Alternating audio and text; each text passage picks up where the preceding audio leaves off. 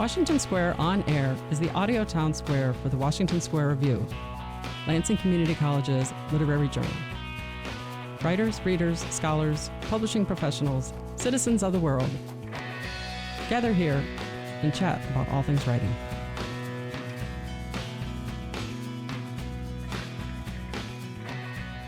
Hey there, this is Melissa Ford Lucken, editor for the Washington Square Review. I'm here today with Jeffrey MacLachlan. Is that how we say it? All right, yep. Awesome. Jeffrey's poem, It's Nice to Drink Coffee with Liquor, will be in our summer issue. It'll be coming out later this summer 2024. Hey, Jeffrey. Hello, how are you? Good, pretty good. Thanks for joining us. So tell us a little bit about your poem, and then I think I'm going to ask you to read a couple parts, and then we'll talk some more. So tell us about your poem. How did you come to write it?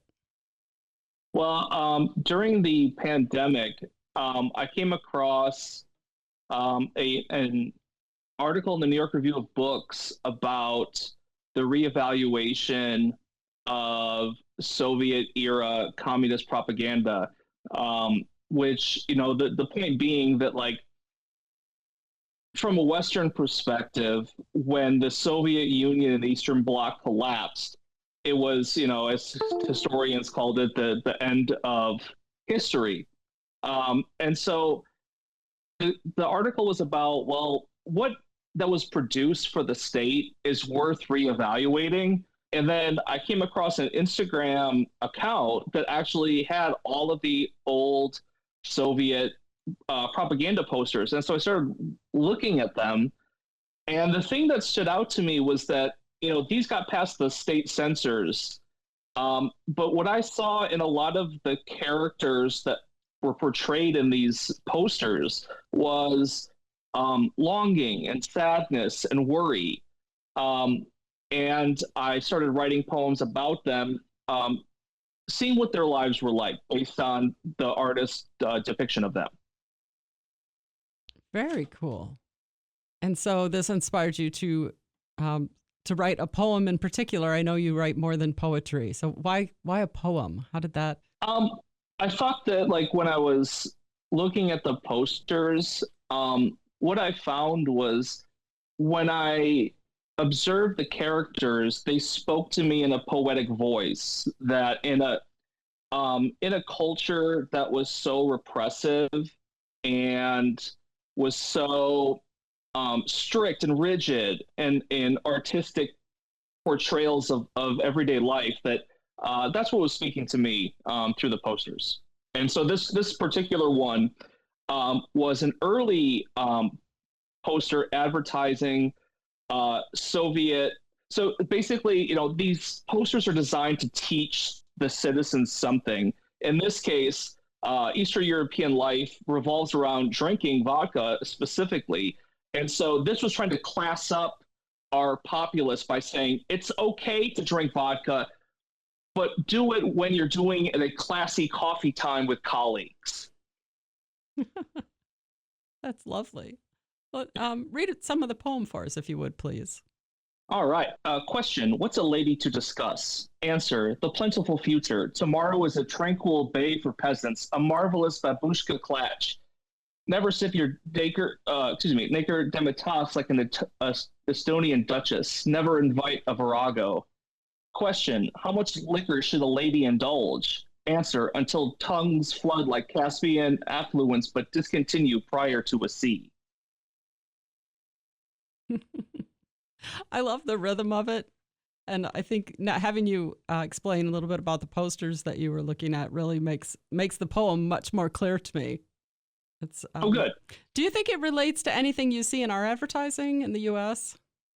Oh, definitely. You know, the thing that I realized as I was looking through these is that I remember the way communist country culture was taught at the high school level, that everything that they were doing was to brainwash the populace. Which is especially funny because brainwashing is not a real thing.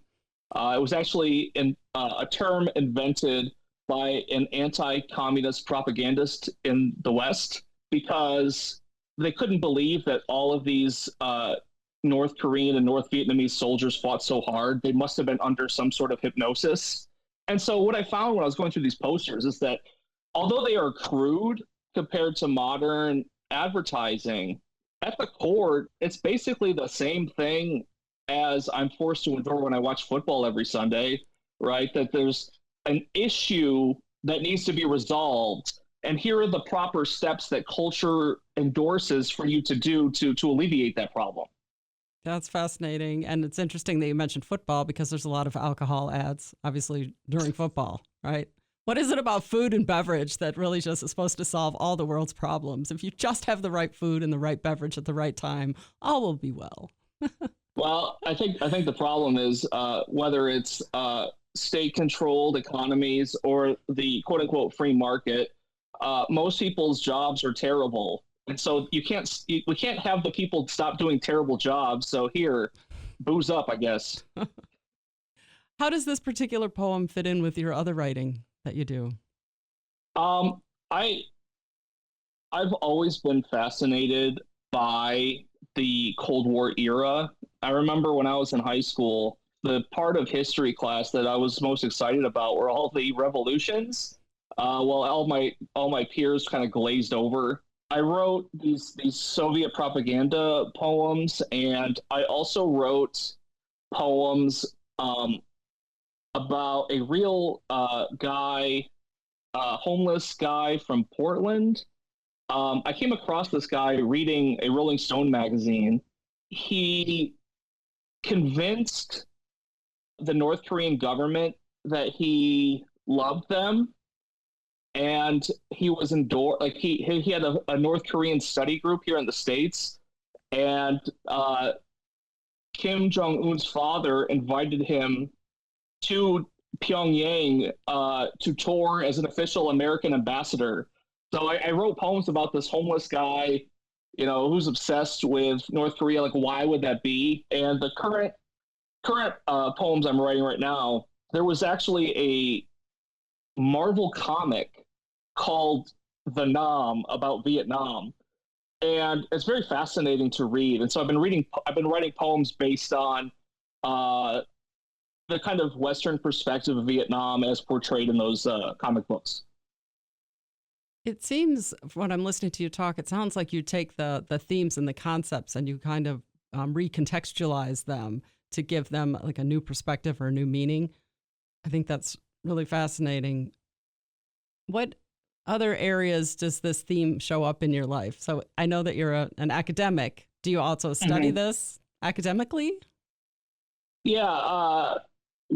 Currently, in my world literature course that I'm teaching, the theme I'm using is the movement, which is fictional depictions of people moving from one country to another for whatever reason. And one of the books I use is Siblings by Bridget Ryman, who is an Eastern German writer, recently translated in English. And that's a fascinating novel to me because the censors in East Germany kind of went back and forth on her. Sometimes she was like our great writer. Other times she was like banished, depending on how they felt at the time. Because what I find very interesting about that novel that I like to teach students about is that, like, from a Western perspective, German history goes like this. They lost World War I, they almost won World War II, but then Hitler falls, and then fast forward to the Berlin Wall falling, and now we're allies. And that novel depicts what life was like for anti-Nazis who survived World War II, and they didn't really win because most of them, obviously want to stay in East Germany because they were afraid of capitalism turning into Nazism again.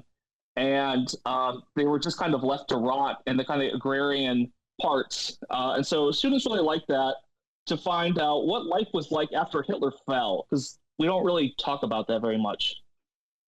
That's true. So what is it that's in the book that causes it to sometimes fall out of favor? The main plot of the novel is that the main character is a woman in her young 20s who is an ardent socialist. and her brother, she has two brothers. One of them can't wait to defect. Like, all he ever talks about is, when I'm over in Berlin, I can get the latest fashion, and I don't have to conform to anything. And then so he defects, and then the rest of the novel is her and her other brother, who is also a socialist, right? Because the novel takes place before the Berlin Wall's erected, and he sees with that this socialist experiment is turning into authoritarianism quite quickly. It's a realistic portrayal of knowing that capitalism is not necessarily the answer, but also knowing that Soviet era communism is only going to result in inferior products and a lack of progress in terms of culture. Does the posters that you were talking about at the beginning of our chat, do they come into conversation in the classroom? Oh yeah, the main character, the woman, so she works at a factory, but because she's a painter, she leads the painting circle, and that's I talk about in class. This is one of the social experiments of the Eastern Bloc that you could see someone really getting onto. You get breaks during the day to paint and depict your fellow coworkers, especially as we see today under capitalism, what is portrayed by artists? It's the bourgeois class, and so there's a scene during the novel where she gets very frustrated because she assumed that if we uplift the workers, the diamonds in the rough will come about. And it turns out most people are not good artists. It's like she's seeing her idealized socialist, we all can do this together, meet what happens when you give the average person a paintbrush and it's not good. Right. I know there is a long history of supporting the arts in communist countries, and that's very interesting. And I think that it makes me think about the tension between capitalism and creation and being a writer and being a poet or a painter, and the way that people seem to appreciate it, but it doesn't necessarily, even when you're really good, it doesn't translate into money. It just translates into, more poems and more paintings that people admire.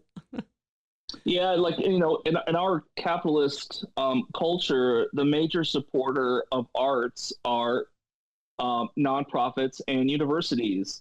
And, anytime a hot button issue comes up, it gets dicey on what people want to express, because being an artist in the academy is pretty sweet, and getting cast out into homelessness is not. Correct. Tell us a little bit more about what you teach and where you teach. I'm a senior lecturer at Georgia College and State University. It's the alma mater of Flannery O'Connor, and I'm a member of the honors faculty, and another class I teach is honors intro to lit. And when I was designing the course, I looked back at my own undergraduate experience. And I remember after graduation, I was watching Jeffery with my family, and I realized after 4 years I had not read a single French or Russian work. And man, did I feel stupid.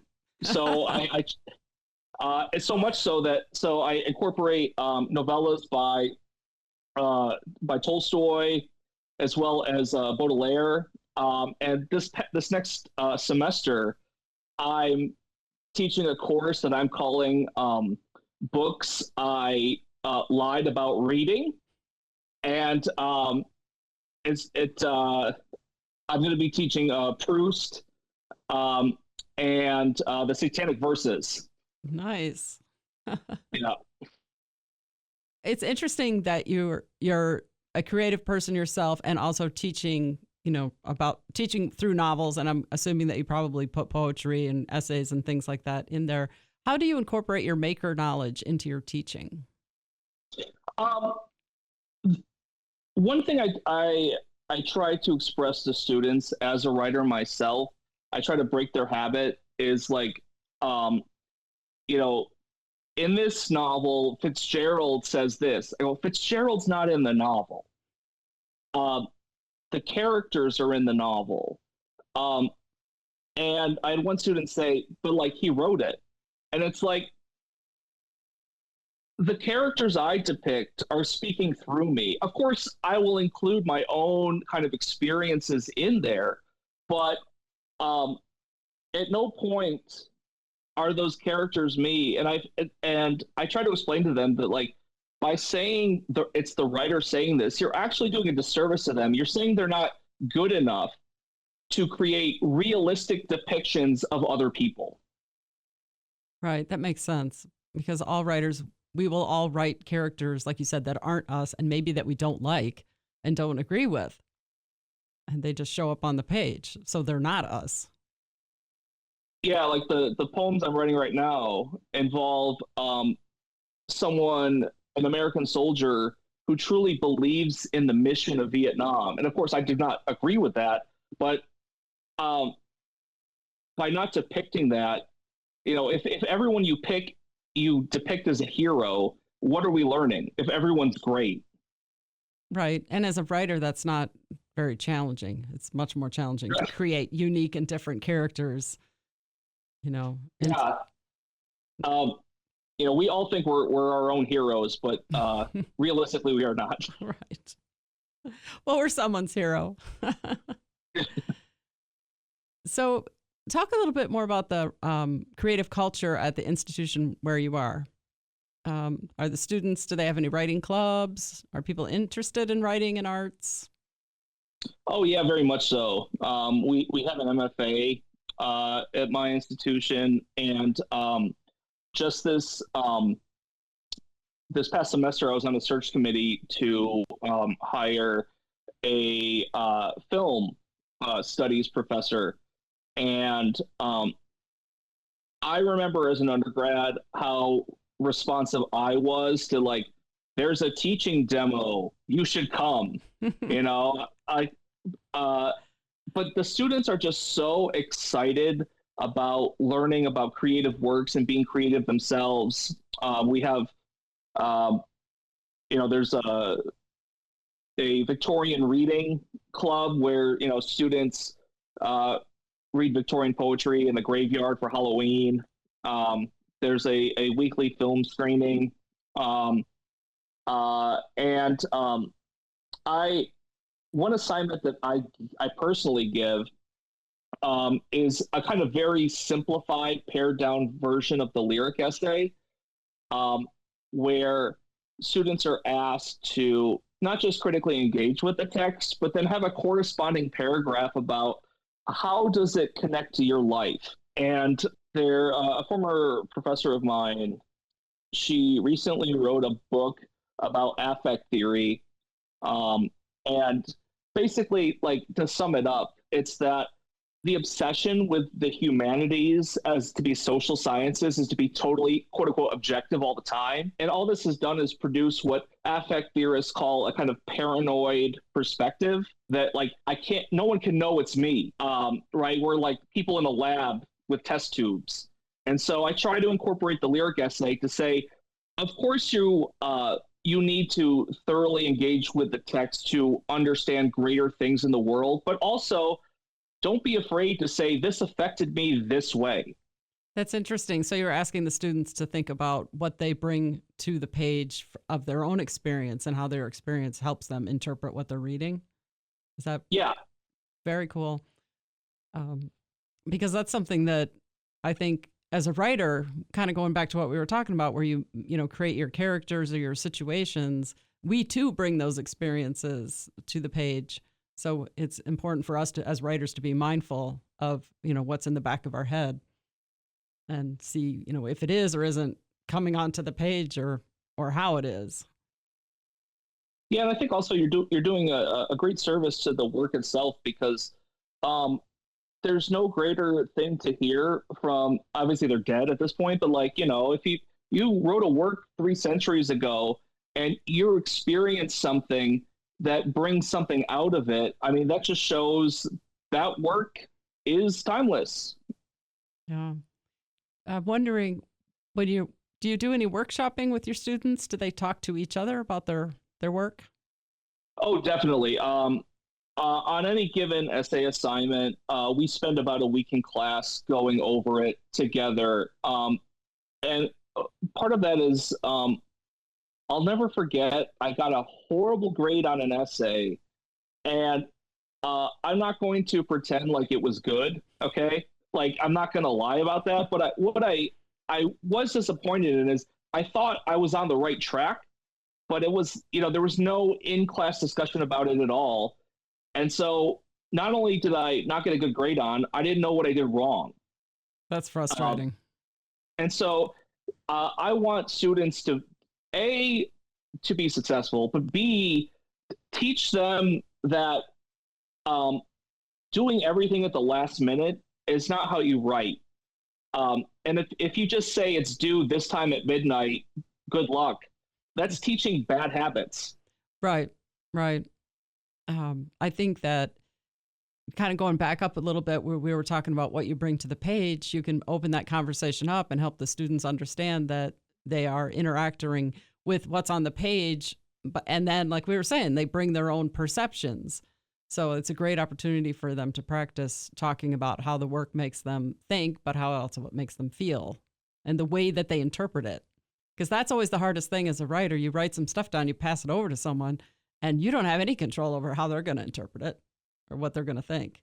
So it's very helpful, I think, to hear what somebody else is thinking when they read what you wrote. Yeah, and I also, to make sure that people know what they're supposed to be looking for, I give them detailed worksheets because, if you have if you don't read or write very often, and you're like, what do you think? I don't know. It's good. Right. You don't know what you're supposed to be looking for. Yeah, there's definitely different expectations because writing comes in so many different forms, and there's always different expectations, even in academic context. An essay at one class, which would be like, "Ooh, this is amazing." So you take it to another class, and they're like, "This isn't what we want at all." So that can be really confusing, and I think it's great to be really straightforward and tell students, this is what we're looking for, because it's part of the craft to be able to produce, what it is that someone is looking for or expecting. Yeah, I remember as an undergrad, being told something is an MLA format, and not one time did any teacher sit down and tell me what that meant. Right. Yeah, that's a real eye opener when someone finally hands you the handbook and says, "See, this is what it is. It comes in all these different things. It's the margins. It's the signal phrases." Yeah. Yeah. And then as soon as you figure out MLA, someone's like, no, we're using Chicago style here. I find the students tell me that they prefer MLA format. I get a lot of boos on Chicago style. Yeah. What's really fascinating to me is the way that the different formatting interacts with what it is that you're trying to express, how it kind of structures your thinking based on where, how the signal phrases and where all the different citations go and the way the citations are constructed. I could sit down and think about that for a good long time. I think that's kind of fascinating to compare what, the way that the different formats guide your expression and sometimes limit it and sometimes, expand it. So somebody should make a course where they just break down the different formats and the thinking behind all of them. If anyone out there has that, I want to take that class.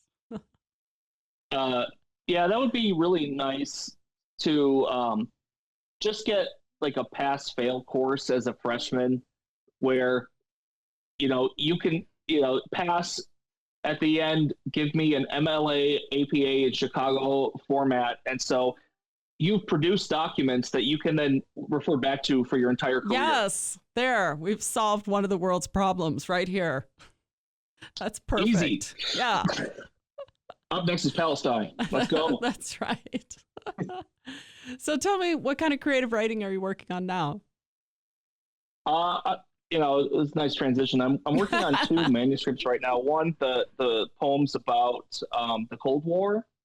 Oh, nice. And I'm also writing a nonfiction manuscript about the fictional representations of 9/11 as well as the Palestinian conflict. And one of the books I read is Extremely Loud and Incredibly Close that was made into a bad movie. Mm-hmm. And I remember when that book came out, I was a beginning writer, and I was like, wow. I just remember feeling like I thought maybe someday I'll write something about 9/11 because it was such a, if you're a millennial, it's like a fundamental event. And then he had already written a novel. It was already out. And I'm like, oh, well, that sucks. So I actually went back to reading. Like, I've never read it before. And I read it for this project. And God, that book is bad, like real bad. In what way? No. Poorly written? What? How is it bad? It's just like what makes it bad is that the main character, the little boy, is supposed to represent. It's clear supposed to represent America as like innocent before 9/11 hits, and like the kid is terrible. Like he's kind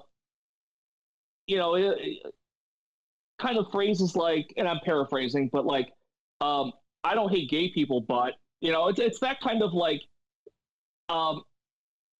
it's like, again, like we were saying earlier, it's fine to have a character who's not great, and that would be great, but like it's portrayed like he's like the average good American who's like who's completely oblivious in that novel about how privileged he is. Like he has a doorman, and so at the end of it, it's just so cloying. It sounds really heavy-handed, like somebody had an idea, and instead of writing a novel that's a story about characters, they took their idea and turned it into this heavy-handed, messagey kind of thing. Is that what you're saying? Yeah, pretty much. It reads like there was an MFA workshop, and the in-class assignment was write about a little boy at 9/11, and he just didn't stop. Okay. All right. So those are both nonfiction manuscripts that you're working on. These are two separate things. Yeah, the 9/11 is nonfiction, and the Cold War is poetry. Okay. All right. That's very cool. And will you be working on them over the summer, or are you teaching over the summer? I'm teaching an online course this month, but it's the course will be over at the end of the month, and so I'll be back working on, especially with the poems. Like I just wrote one last night. Like it's not like the nonfiction one include like I have to read a book and then write a chapter on it, so it's way more labor intensive than just like, oh, I'll look at this comic book for a few minutes and see if something pops. All right. It's good to have those both, the very intellectual outlet and the more emotional, like short term. Yeah. It's a nice balance. I applaud that. If people want to stay in touch with you and keep caught up on your writerly pursuits, where's a good place for them to find you? I am on Twitter, and my handle is @JeffMac, MACK. That username is so old. Jeff Mac was my nickname in college, and I still have it. Nice. The thing is, like, I get some funny tweets every once in a while, because there's like a Jeff Mac, like Fox News business guy, and there's a Jeff Mac children's writer, and a Jeff Mac, I think, SoundCloud rapper. Okay. And so one time I got a tweet from a library somewhere that their children at the library love my work, and I asked them, do they love the war more or the demons more? In which case I was blocked. Well, at least it keeps your Twitter feed lively. Can't argue with that. All right. I'll be sure to include that in the show notes. So if people want to stay caught up, they can find you easily and they can observe your lively conversations there. All right. Sounds good. Very cool. Well, thanks a lot for coming by and talking with us today. Thanks for inviting me. I really had a good time. Cool. All right. Bye.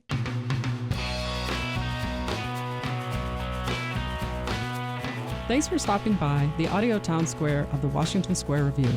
Until next time, this has been the Washington Square On Air from Lansing Community College. To find out more about our writers community and literary journal, visit lcc.edu/WSR. Writing is messy, but do it anyway.